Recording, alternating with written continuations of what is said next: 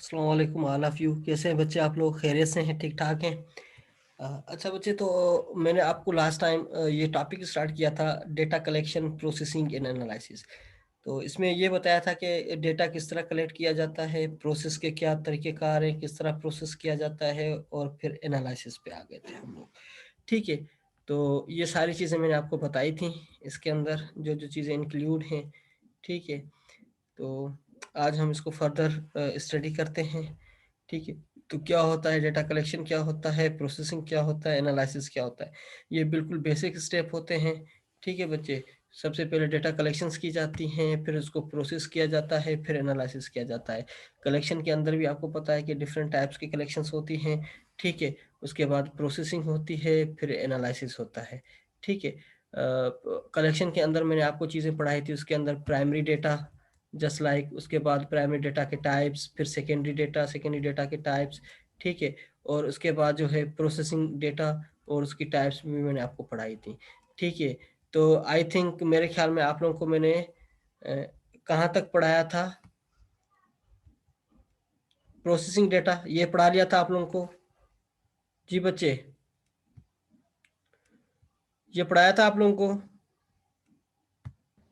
Sir शायद नहीं पढ़ाया था। प्रोसेसिंग ऑफ डेटा में एडिटिंग तो बताया था आपने, उसके आगे का याद नहीं आ रहा सर। ये पढ़ा एडिटिंग तक लिया तो था पढ़ा है। आपको, एप्रोप्रिएट जी मेथड फॉर डेटा कलेक्शन, ये आपको मेरे ख्याल में पढ़ा लिया था मैंने।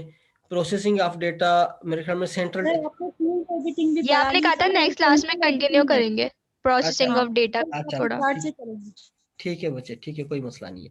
अच्छा, तो मैंने आपको बताया था कि कलेक्शन ऑफ डेटा किस तरह की जाती है, क्या क्या इसके टाइप्स होते हैं। जब डेटा आपके पास कलेक्ट हो जाता है, डेटा जब आपके पास आ जाता है, तो उसको फिर किस तरह प्रोसेस किया जाता है।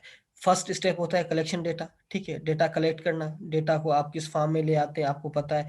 पहले आपके पास रॉ डेटा होता है, वो सॉर्ट आउट नहीं होता, ना असेंडिंग ऑर्डर होता है, ना डिसेंडिंग आउट होता है, डिस्पर्स होता है। फिर आप उसको प्रोसेस करना स्टार्ट करते हैं। ठीक है, उसके अंदर एडिटिंग भी करते हैं, जो जहाँ पे डेटा, जहाँ एरर हैं, ओमिशंस हैं, गलतियाँ हैं, उसको भी रिफॉर्म करते हैं। तो सबसे पहले प्रोसेसिंग ऑफ डेटा के अंदर क्या काम होता है? एडिटिंग का काम होता है। ठीक है, editing of data is process of observing the collected raw data. ठीक है, क्या होता है कि आप किस डेटा के अंदर एडिट करते हैं? जो कि आपके पास कलेक्टेड रॉ डेटा है। ठीक है, रॉ डेटा सीक्वेंस में नहीं होता, फिर आप इसको कॉलम्स में ले आते हैं, रोज में ले आते हैं, उसको एप्रोप्राइट जो आपका पैरामीटर्स हैं, उन पैरामीटर्स में ले आते हैं, जो फैक्टर्स हैं, जो वेरिएबल्स हैं, उन वेरिएबल्स के थ्रू आप उसको डेटा एंटर करते हैं और डेटा का काम करते हैं।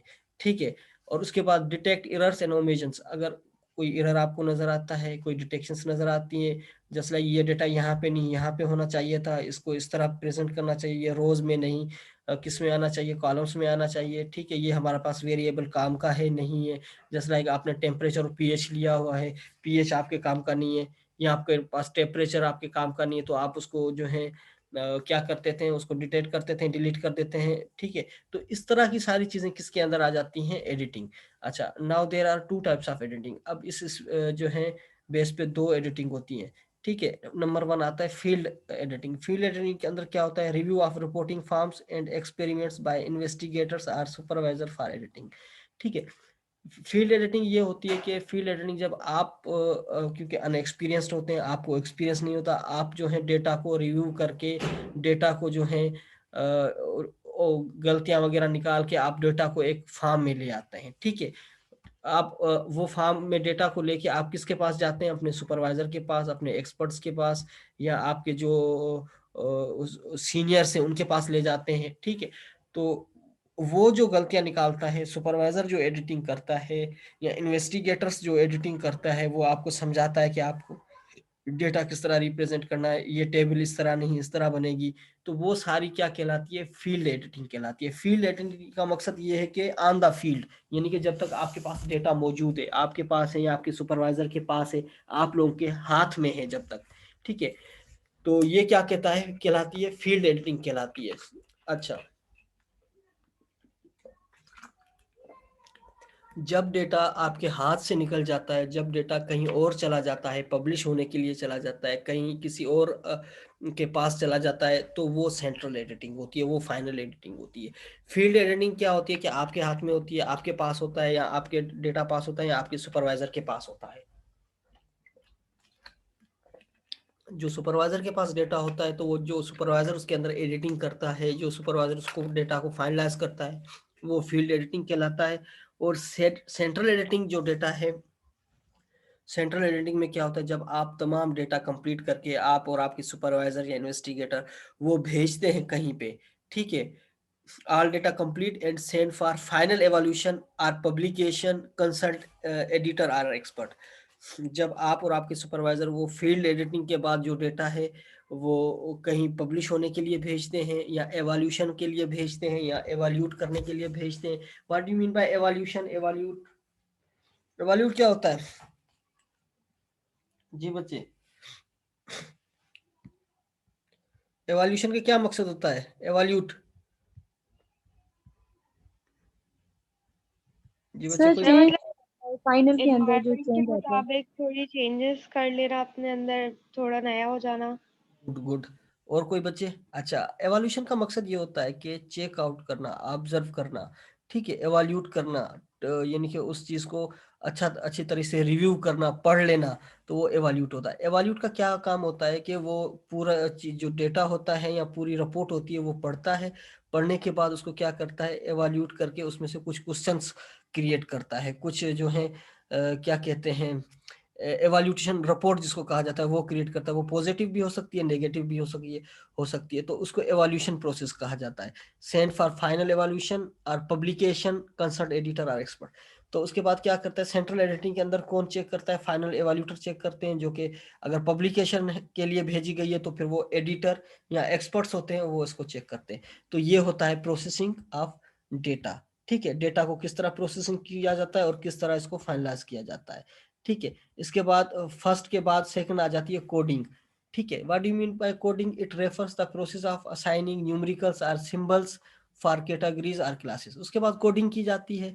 ठीक है, कोडिंग का क्या मकसद होता है कि जब आप टेबल के अंदर डेटा देते हैं तो बाज़ औक़ात कुछ चीज़ों को आप एब्रीविएट कर देते हैं, या उसको न्यूमेरिक्स में एब्रीविएट कर देते हैं, या सिंबल्स के अंदर एब्रीविएट्स कर देते हैं। जस्ट लाइक प्लांट स्पीशीज हैं, या कोई स्पीशीज पे आप काम कर रहे हैं, प्लांट स्पीशीज नाम आपको पता होता है कि काफी बड़े बड़े नाम होते हैं। ठीक है, लेकिन वो कॉलम के अंदर नहीं आ रहे, या आपकी टेबल इतनी बड़ी है कि वो आप उस पर नाम नहीं दे सकते। तो आप क्या करते हैं, उसके न्यूमरिक्स देते हैं, नंबर 1 2 3 4 5 6 10, 10 स्पीशीज है, 1 to 10 तक आपने नंबर दे दिए। अब टेबल के नीचे आप जो है वो 1 = आप स्पीशीज का नाम देंगे, इसका मकसद यानी कि ये स्पीशीज है, 2 का मकसद ये स्पीशीज है, 3 का मकसद ये स्पीशीज है। तो ये क्या होता है, ये कोडिंग कहलाता है। ठीक है, इसके अंदर आप क्या करते हैं, जो भी आप टेबल के अंदर नंबर यूज करें, और न्यूमेरिकल जो आपको शॉर्टकट देना होता है, या आप तो कोडिंग देनी होती है, तो आप क्या करते हैं, या न्यूमेरिक्स का यूज करते हैं या सिंबल्स का यूज करते हैं। तो वो क्या कहलाता है, वो कहलाता है कोडिंग। ठीक है, वो कोडिंग के हम पेपर्स के अंदर भी यूज करते हैं, जर्नल्स के अंदर भी यूज करते हैं, थीसिस के अंदर भी यूज करते हैं। ठीक है, तो ये सारी कोडिंग है। आपको बच्चे कहें तो एग्जांपल दे दूं, कोई पेपर दिखा के कि कोडिंग किस तरह होती है, क्या होती है कोडिंग। कभी हम सिंबल स्टेरिक कोडिंग दे देते हैं, कभी हम नाम के साथ एफिलिएशंस के साथ कोडिंग दे देते हैं। ठीक है, तो ये कोडिंग जो है वो ज़्यादातर यूज़ की जाती है पब्लिकेशंस के अंदर, जर्नल्स के अंदर और बाकी चीज़ों के अंदर। सही है बच्चे? तो ये सारी कोडिंग्स अगर आपको स्टडी करनी है तो आप देख सकते हैं, पेपर देख सकते हैं, या आप बुक्स वगैरह देख सकते हैं। अगर आप कहें तो मैं आपको यहाँ पे दिखा दूं कोडिंग किस तरह होती है, या आगे चलें? दिखा दें सर। ओके बच्चे, मैं आपको दिखा देता हूँ कोडिंग क्या होती है, किस तरह होती है। सर जी बच्चे। सर जैसे पूरे आर्टिकल में आप इस तरह कह रहे हैं कि जैसे कोई भी, जैसे पीवीसी इस टाइप का कुछ यूज किया और फिर लास्ट में उनके पूरा फुल फॉर्म लिखी हुई हो, जी उनको वो बच्चे, कर कर। एक मिनट बच्चे, मैं आपको एग्जांपल दिखा देता हूँ आपको। यस सर, दिखा दें।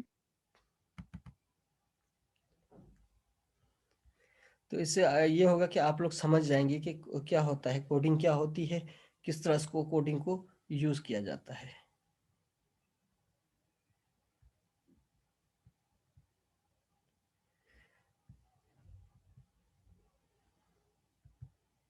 ये ज़्यादातर पेपर्स, जर्नल्स और जो हैं बुक्स वगैरह के अंदर इसको यूज की जाती है कोडिंग्स को।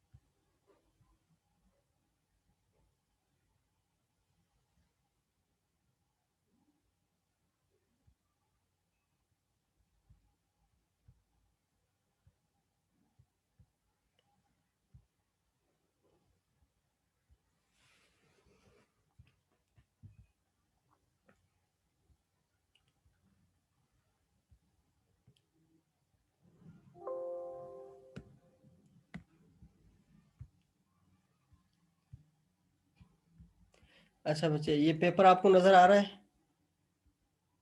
जी बच्चे, आपको ये पेपर नजर आ रहा है? No sir. स्क्रीन शेयर पे नजर नहीं आ रहा आपको? No sir. अच्छा बच्चे, एक मिनट।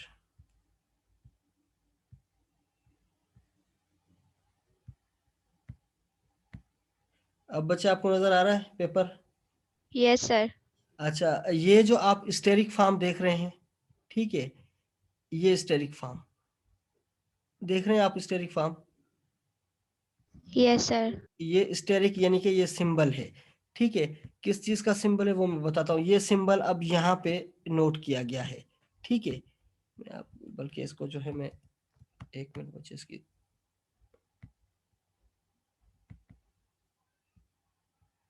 सही है। एक ये पेपर है, इसमें एक ये सिंबल फॉर्म यूज किया गया है, ठीक है। ये न्यूमेरिकल सिंबल कहा जाता है। ये न्यूमेरिकल सिंबल का मकसद है कि इसकी कोई डेफिनेशन है, ठीक है। डेफिनेशन इसकी ये है कि ये कॉरस्पॉन्डिंग ऑथर है, ठीक है। तो इस तरह की जो न्यूमेरिकल फॉर्म, या 1 2 3, कभी कभार यहाँ पे 1 लिखा होता है, कभी 2, और यहाँ पे 3, 3 नाम है। तो तीनों नाम लिखे होते हैं, तो उनकी एफिलिएशंस को यूज किया जाता है। तो इस तरह की जो जितनी भी चीजें होती हैं वो एब्रीवेशंस में आ जाती हैं। इसके अलावा मैं आपको शो करा देता हूँ, एक मिनट बच्चे। अच्छा, अब ये देखें, ये कंट्रोल के अंदर आप देख रहे हैं, ये स्टेरिक नजर आ रहा है नजर, स्टेरिक। और ये जो है टेबल के लास्ट में इसको लिखा गया, the control values are represented by mean number of eggs oblique juveniles, ठीक है। तो ये कंट्रोल के ऊपर जो ये न्यूमेरिक फॉर्म है, इसका मकसद ये है कि इसकी कोई मायने है, इस डेटा की कोई मायने है, इसका कोई मकसद है, ठीक है। तो वो ये यहाँ पे दिया गया। तो इस तरह की जितने भी हम टेबल्स के अंदर एब्रीवेशंस देते हैं, नंबर्स देते हैं, तो उसके कोई ना कोई मकसद होता है, उसका कोई ना कोई जो है वो क्या होता है कि उसका कोडिंग होती है, तो इसको कोडिंग कहा जाता है। सही है बच्चे? तो अच्छा, इसी तरह ये भी कोडिंग है। ये जो आपको येलो, ये जो आपको ब्लू निशान नजर आ रहा है, इस पे अगर आप कर्सर को मूव करेंगे तो ये देखें, इसमें कुछ ना कुछ लिखा हुआ नजर आएगा, यूजर एंड आलिया अब्बास, ठीक है। अब नीचे आप जाएंगे, जस्ट लाइक दोबारा जो है इस तरह की साइन अगर आप पे नजर आएगी, तो उस पे भी कोई ना कोई उसकी डेफिनेशन होती है, कोई ना कोई उसके अंदर चीज प्रेजेंट होती है जो कि शो कर रही होती है। ये नॉवेल्टी स्टेटमेंट, जस्ट लाइक ये देखें, this study reveals that nematode, जो भी है, यानी कि इसमें लिखा हुआ कि ये स्टेटमेंट इसके अंदर आ जाती है। तो ये सारी चीजें क्या कहलाती हैं? ये कोडिंग कहलाती हैं, ठीक है। ये पेपर्स, जर्नल्स वगैरह में सारी चीजें पाई जाती हैं। आ गई बात समझ में बच्चे? चलें अब वापस, यस सर। ठीक है। तो ये होती है कोडिंग, जो कि आमतौर पर रिसर्च जर्नल्स, रिसर्च पेपर्स और बाकी चीज़ों के अंदर ये पाई जाती है। सही है। अच्छा, तो ये कोडिंग्स आप लोगों को जो है आगे जाके आप लोगों को समझ में भी आ जाएगी, और किस तरह कोडिंग की जाती है वो भी आपको समझ में आएगा। तो ये किस फॉर्म में होती है? न्यूमेरिकल फॉर्म में होती है या सिंबल्स के फॉर्म में होती है, ठीक है। इसके बाद आ जाता है number 3, classification. What do mean by classification? Classification का मकसद होता है कि आप किस बेस पे इसको क्लासीफाई कर रहे हैं, ठीक है। क्लासीफाई, ठीक है। Most recent study results in large volume of raw data which must be reduced in homogeneous groups to get meanings, to get meaningful relationship. अब क्या होता है, आपके पास रॉ डेटा तो बहुत ज्यादा है, ठीक है। अब आप क्या करते हैं कि उसको क्लासीफाई कर देते हैं होमोजेनियस ग्रुप के अंदर, ठीक है। जस्ट लाइक मैंने क्लास के अंदर क्या किया कि सबकी एज को कैलकुलेट किया, छोड़े एज को भी, छोड़े हाइट को कैलकुलेट किया, ठीक है। हाइट को कैलकुलेट करके नाम के साथ मैंने जितने भी बच्चों के नाम थे उनके नाम लिखे और उनकी हाइट कैलकुलेट की। हाइट कैलकुलेट करके मैंने डेटा जमा कर लिया, ठीक है। अब ये तो डेटा मेरे पास बहुत सारा जमा हो गया। अब मैं चाह रहा हूँ कि इसके अंदर जो है होमोजीनस ग्रुप को क्रिएट करूँ। यानी कि अब मैंने ये किया कि एक ग्रुप किया कि मेल और फीमेल, यानी कि बॉयज एंड गर्ल्स को अलग अलग डेटा रखूं। जो गर्ल्स का डेटा है वो अलग, जो बॉयज का डेटा है वो अलग। सही है। अब मैंने ये सोचा कि नहीं, अब भी इसके अंदर भी वेरिएशन हो, ठीक है। अब एरिया वाइज हो, ठीक है। जस्ट लाइक गुलशन इकबाल से कितने, गुलिस्तान जौहर से कितने, मेट्रोवल से कितने स्टूडेंट्स हैं, फेडरल बे एरिया से कितने हैं, ठीक है। इस तरह मैंने अब उसके अंदर और ज्यादा चेंजेस में ले आया। तो इस तरह की जो डेटा के अंदर हम क्लासिफिकेशंस करते हैं होमोजीनियस ग्रुप के बेस पे, तो वो क्या कहलाती है? क्लासिफिकेशन कहलाती है। ताकि डेटा को अंडरस्टैंड करने में, प्रेजेंट करने में प्रॉपरली वे पे प्रेजेंट करें और प्रॉपरली उसको अंडरस्टैंड किया जा सके। तो इस क्लासिफिकेशन के अंदर भी 2 टाइप्स ऑफ क्लासिफिकेशंस होती है। एक होती है अकॉर्डिंग टू एट्रीब्यूट्स, ठीक है, जिसका क्या मकसद होता है? Classification on the basis of common characteristics just like gender, weight, height. इस बेस पे अगर हम क्लासिफिकेशन करते हैं तो वो क्या कहलाती है, वो कहलाती है एट्रीब्यूट्स। ठीक है। और दूसरी होती है जो according to class interval. Class interval जो होता है वो मेजरमेंट पे जो है वो डिपेंड करता है। Classified on the basis of numerical characters, refers to quantitative methods which can measured by some statistical units. Entire data may be divided into a number of groups or classes. Class interval आपने पढ़ा होगा बायोस्टैटिस्टिक के अंदर। अब आप मुझे justify करेंगे class interval का क्या मकसद था। एट्रीब्यूट मैंने आपको बता दिया, जेंडर के बेस पे करें, वेट के बेस पे करें, हाइट के बेस पे करें। तो ये एट्रीब्यूशन जितनी भी होती है, हम डेटा को क्लासीफाई करते हैं तो वो एट्रीब्यूट के जो है बेस पे करते हैं या क्लास इंटरवल के बेस पे। क्लास इंटरवल, जी बच्चे, what do you mean by class interval? Statistic आप लोग पढ़ चुके हैं, आप लोग को पढ़ाया गया है स्टैटिस्टिक। किसने पढ़ाया ये नहीं पता मुझे, लेकिन पढ़ाया गया है आपको। सर मतलब कैसे बताएं, जैसे 1 से 10 तक के कुछ लोग होते हैं, फिर नेक्स्ट में लिखा होता है 10 से 11 तक, इस तरीके से इंटरवल्स होते हैं डिफरेंट। इस अच्छा तरीके से गुड। मतलब हमने चार्ट में बना हुआ देखा था। अच्छा गुड। सही डिफरेंस में हमने होता है ये upper class limit and lower class limit का, मतलब डिफरेंस जो होता है बीच का। गुड, बिल्कुल सही बताया। हम क्या करते हैं कि क्लास को एट्रीब्यूट्स कर लेते हैं या इंटरवल चेंज करते हैं। इंटरवल चेंज का मतलब क्या होता है, आप कैटेगरीज बनाते हैं। जस्ट लाइक मैंने क्लास की हाइट का डेटा मैंने लिया, ठीक है। मैंने कहा कि जिसकी हाइट 3 to 5 हो ये एक ग्रुप बन जाए, ठीक है। सॉरी 3 to 4 हो वो एक ग्रुप, ठीक है। 4 to 5 हो वो दूसरा ग्रुप, 6 to 7 हो वो तीसरा ग्रुप बन जाए, ठीक है। और जो है 7 to 8 हो वो, हालांकि 7 to 8 नहीं होते। अब ये मैंने 4 क्लास इंटरवल बना दिए। अब 3 to 4 में कितने स्टूडेंट्स आ गए, जस्ट लाइक 3 to 4 में, एक मिनट, 3 to 4 में 4 स्टूडेंट्स थे, ठीक है। और जो है इसमें 5 स्टूडेंट्स आ गए, ठीक है। 6 to 7 में कितने स्टूडेंट्स आ गए, 2 स्टूडेंट्स आ गए। और इसमें एक स्टूडेंट आ गया, जस्ट लाइक ये। अब आपने डेटा किस पे चेंज किया, क्लास इंटरवल के बेस पे चेंज किया, ठीक है।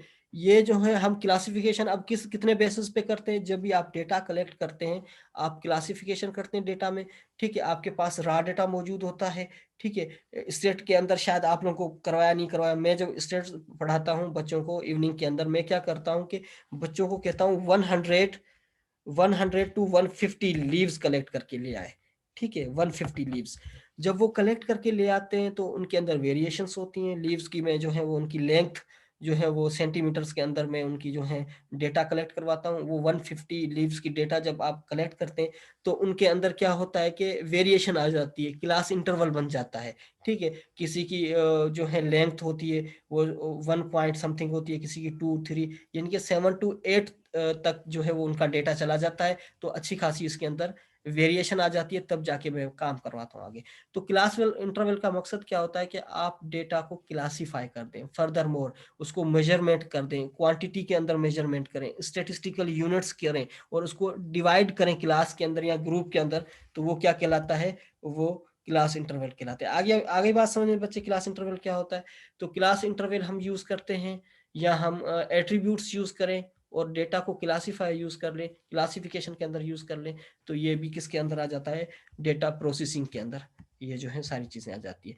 वंस अगेन रिपीट कर रहा हूँ, प्रोसेसिंग ऑफ डेटा में एडिटिंग होता है नंबर 1, सेकंड कोडिंग है, यानी कि आप टेबल के अंदर जितनी भी कोडिंग दें वो आ जाती है। फिर क्लासिफिकेशन आ जाती है, क्लासिफिकेशन एट्रीब्यूट के बेस पे भी आ सकती है, क्लासिफिकेशन इंटरवल के बेस पे भी आ सकती है। इसके बाद आ जाती है टेबुलेशन, ठीक है। फिर क्या होता है कि आपकी टेबल जो होती है वो फाइनलाइज होती है, टेबुलेशन फॉर्म में आ जाती है, टेबल के फॉर्म में आ जाती है। फिर उस टेबल पे आप क्या करते हैं, फार्मूला वगैरह जो है वो असाइन करते हैं, या आप बार वगैरह बनाते हैं, चार्ट बनाते हैं, स्केटर डायग्राम बना सकते हैं, लाइन ग्राफ बना सकते हैं, बार ग्राफ बना सकते हैं, हिस्टोग्राम बार बना सकते हैं, स्केटर डायग्राम बना सकते हैं, बहुत सारे डायग्राम इसके अंदर, पाई चार्ट वगैरह बना सकते हैं जब आपके पास डेटा टेबुलेशन फॉर्म के अंदर होगा। विदाउट टेबुलेशन तो आप कोई चीज भी अप्लाई नहीं कर सकते। तो ये काम एक्सेल पे भी किया जा सकता है, लेकिन एक्सेल के अलावा आजकल ये काम जो है लार्ज स्केल पे किया जा रहा है, तो वो उनके अपने सॉफ्टवेयर हैं स्टैटिस्टिक के। कौन से सॉफ्टवेयर है स्टैटिस्टिक के, आपको बताए तो होंगे टीचर ने आपके। जी बच्चे, कोई याद है आपको कोई सॉफ्टवेयर स्टैटिस्टिक का? सर नहीं बताया।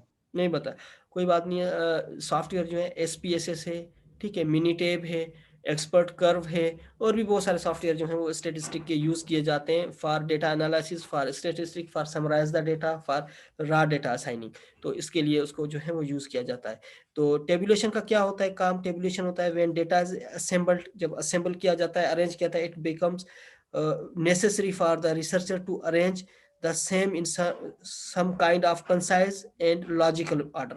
तो उसको concise डेटा को जो है वो रिप्रेजेंट करें और लॉजिकल ऑर्डर में करें, यानी कि जहाँ पे रोज है वो रोज का डेटा हो, जहाँ पे कॉलम्स का डेटा हो कॉलम्स का डेटा हो, यानी कि आपका जो टेबुलेशन हो वो लॉजिकल हो, हर कोई न्यूट्रल जो है, न्यूट्रल जो पर्सन है वो भी समझ सके, रिसर्चर के अलावा न्यूट्रल पर्सन भी समझ सके कि इस डेटा का क्या मकसद है, कॉलम में क्या चीज़ आनी चाहिए, रोज रोज में क्या चीज़ आनी चाहिए।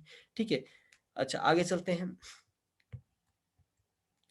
एनालिसिस ऑफ डेटा, ठीक है, एनालिसिस ऑफ डेटा। अब आप करते हैं डेटा को एनालिसिस। एनालिसिस डेटा करने के लिए बहुत सारे पैरामीटर्स हैं।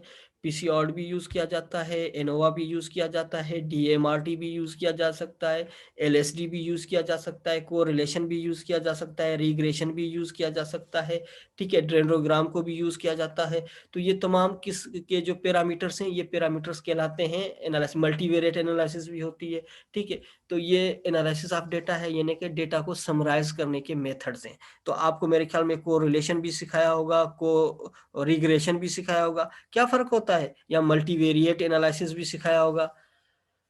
कोरिलेशन और रिग्रेशन क्या होता है? कोरिलेशन और रिग्रेशन में क्या फर्क है? पढ़ाया आप लोगों ने कि नहीं पढ़ाया आप लोगों को? जी बच्चे, सो रहे हैं या जाग रहे हैं आप लोग? बताएं जल्दी यस से। सर। हाँ, क्या होता है फर्क बच्चे? कुछ भी बता दें अगर आप लोगों ने पढ़ा है। सर रिग्रेशन में शायद प्रेडिक्शन होती है और कोरिलेशन में प्रेडिक्शन नहीं होती। गुड, सही बताया आप लोगों ने। कोरिलेशन के अंदर क्या होती है? प्रेडिक्शन नहीं होती। दोनों में डेटा कंपैरिजन होता है, डेटा एनालिसिस होता है, डेटा की सिमिलरिटी को चेक किया जाता है, डेटा के कंपैरिजन को चेक किया जाता है। और हालांकि मल्टी रिग्रेशन के अंदर यही पूरा काम होता है, लेकिन प्रेडिक्शन इसके अंदर प्लस होती है, प्रेडिक्शन भी की जाती है इसके अंदर उसकी डेटा की बेस पर। जिस लाइक बजट है, बजट पे जो क्या करते हैं कि वो पूरा जो होता है पास जो होता है, वो पिछले साल का रिकॉर्ड वो भी देखते हैं और इस साल का भी देखते हैं और फिर इसके बाद प्रोडिक्शन करते हैं। तो ये सेम एग्जांपल किसकी है? रिग्रेशन की। ये बजट वगैरह जो होती है प्रोडिक्शंस होती है। या अगर आप मैच वगैरह देख रहे होते हैं तो उसमें लिखा होता है कि 40% जीतने के चांसेस है, 60% लॉस के हैं। वो जो चांसेस वगैरह बता रहे हैं वो भी डेटा के बेस पे बता रहे हैं, डेटा के बेस पे प्रोडिक्शन कर रहे हैं। तो वो प्रोडिक्शन क्या कहलाती है? वो भी रिग्रेशन के अंदर आ जाती है। आ गई बात समझ में? अच्छा, एनालिसिस ऑफ डेटा के अंदर क्या होता है? सबसे पहले आता है कोरिलेशन एनालिसिस। ठीक है, कोरिलेशन के अंदर क्या होता है? ज्वाइंट्स वेरिएशन ऑफ टू और more than two variables for determining the amount of correlation between two और मोर वेरिएबल्स। जब दो वेरिएबल्स हों, दो या दो से ज्यादा वेरिएबल्स हों, तब हम क्या करते हैं? किसी भी दो वेरिएबल्स का हम चेक करते हैं, कोरिलेशन चेक करते हैं, कोरिलेट करते हैं उनको, आया इनके अंदर कितना सिग्निफिकेंस डिफरेंस है या डिफरेंस नहीं है, या जो होता है इसके अंदर कितना रिलेशनशिप है, ठीक है, कितना रिलेटेड है एक दूसरे से, और कितना इनके अंदर जो है वो डिफरेंस पाया जाता है। तो सिग्निफिकेंस ऑफ लेवल भी इसमें चेक किया जाता है और प्रोबेबिलिटी लेवल भी चेक किया जाता है। ठीक है, इसके बाद आ जाता है मल्टीवेरिएट एनालिसिस। मल्टीवेरिएट एनालिसिस जब किया जाता है जब आपके पास वेरिएबल बहुत ज्यादा हो। ठीक है, वेरिएबल्स वेरिएबल्स का मकसद होता है कि आपके पास कंडीशंस बहुत ज्यादा हो। ठीक है, तब हम क्या करते हैं कि वेरिएबल्स यूज करते हैं। तो वहाँ एनालिसिस के लिए मल्टीवेरिएट एनालिसिस यूज किया जाता है। मल्टीवेरिएट एनालिसिस के अंदर कौन सी जो है एनालिसिस है, सबसे ज्यादा पीसी ऑड यूज किया जाता है। पीसी ऑड एक सॉफ्टवेयर है, एक एनालिसिस का मेथड है जिसके अंदर हम मल्टीवेरिएट एनालिसिस को यूज करते हैं, और को स्टेट के अंदर भी इसको यूज किया जा सकता है। Statistical analysis more than two variables on a sample of observations. तो वहां पे हम मल्टीवेरिएट एनालिसिस यूज करते हैं। सही है बच्चे? तो उसके बाद आगे चलते हैं multi regression analysis. Multi regression का एनालिसिस का मकसद यहाँ पे ये है कि आपके पास जब वेरिएबल ज्यादा हो तो आप मल्टी रिग्रेशन एनालिसिस यूज करते हैं। इसके अंदर जो है आप इंडिपेंडेंस वेरिएबल का भी यूज करते हैं।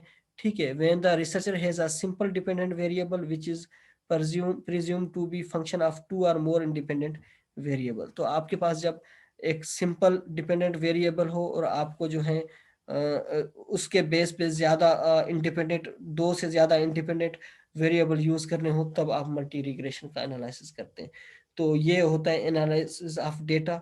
डेटा एनालिसिस करने के बाद आप क्या करते हैं, डेटा को रिप्रेजेंट करते हैं। ठीक है, डेटा को रिप्रेजेंट करते हैं फॉर पब्लिकेशन, पब्लिकेशन के लिए, जर्नल्स पब्लिकेशन के लिए, और बाज़-औक़ात आप यूज़ करते हैं थीसिस के लिए, बाज़-औक़ात आप यूज़ करते हैं रिपोर्ट्स के लिए। ठीक है, तो डेटा को रिप्रेजेंट किया जाता है एनालिसिस के बाद, किस में रिप्रेजेंट किया जाता है, या तो आप टेबुलेशन फॉर्म के अंदर यूज़ करते हैं, या तो आप ग्राफ के फॉर्म के अंदर यूज़ करते हैं। जस्ट लाइक अभी मैंने आपको पेपर एक दिखाया था, उसमें जो है टेबुलेशन फॉर्म के अंदर डेटा को यूज़ किया गया था, लेकिन उस डेटा में एनालिसिस किया गया था। किस चीज़ का एनालिसिस किया गया था? मीन और स्टैंडर्ड एरर का यूज़ किया गया था। ठीक है, स्टैंडर्ड एरर क्या होता है कि स्टैंडर्ड एरर जो हम यूज़ करते हैं मीन के अंदर डेविएशन का। जी बच्चे? सही, थर्ड वाला जो है ना मल्टी रिग्रेशन एनालिसिस, ये नहीं समझ आया। बच्चे मल्टी रिग्रेशन एनालिसिस के अंदर क्या करते हैं, जब आपके पास वेरिएबल ज्यादा हो।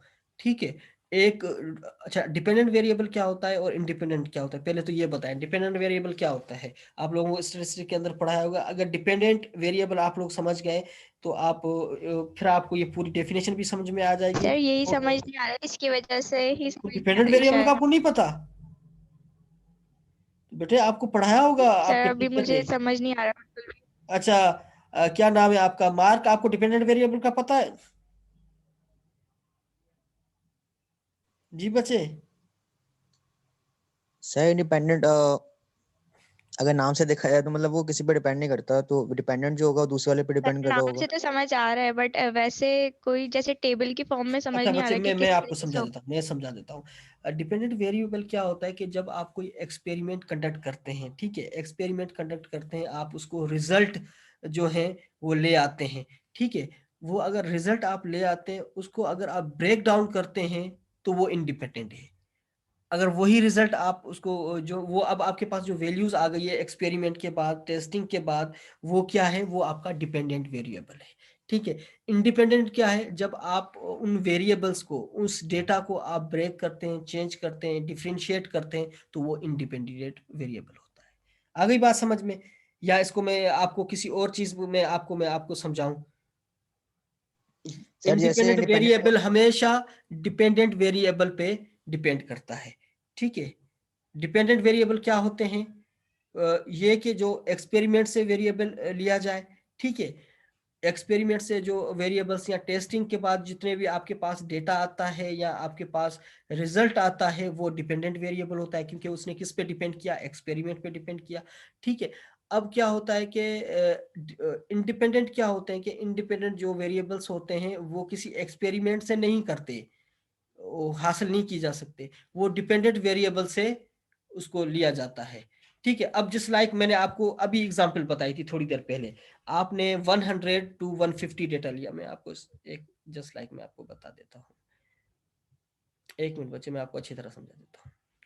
ठीक है, आपने लीव्स का डेटा लिया। कितने लीव्स का डेटा लिया? डिफरेंट प्लांट्स थे आपके पास, 4 प्लांट्स थे। मैं आपको समझा देता हूँ, 4 प्लांट्स लीव्स डेटा। ठीक है, कितना डेटा आपने लिया? 150 लीव्स का आपने डेटा लिया। ठीक है, सेंटीमीटर के अंदर ले लिया। ठीक है, ये आपका क्या था? ये आपका वेरिएबल क्या कहलाएगा? क्या कहलाएगा मार्क? ये आपका वेरिएबल कहलाएगा, सर ये इंडिपेंडेंट है। सर ये डिपेंडेंट कहलाएगा ना? ये डिपेंडेंट कहलाएगा, क्योंकि आपने ऑब्जर्व किया, आप ले आए, उस पर काम किया, ये डिपेंडेंट वेरिएबल हो गया। ठीक है, अब आप लोग क्या कर रहे हैं? आपके पास 150 लीव्स आ गया। अब आप क्या करते हैं? इसके अंदर चेंज करते हैं, इसको ब्रेक डाउन करते हैं।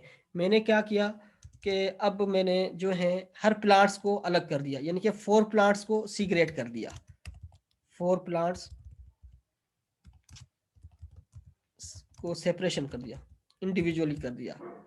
ठीक है, अब मैं कोई नया काम नहीं कर रहा, इसी डेटा को ब्रेक कर रहा हूं। मैं भी अब 150 जो जितने प्लांट्स थे, ठीक है, 150 जितने लीव्स थे, ठीक है, इसमें मैं भी जो है इक्वली हूँ, मैं भी इक्वली ना हूँ।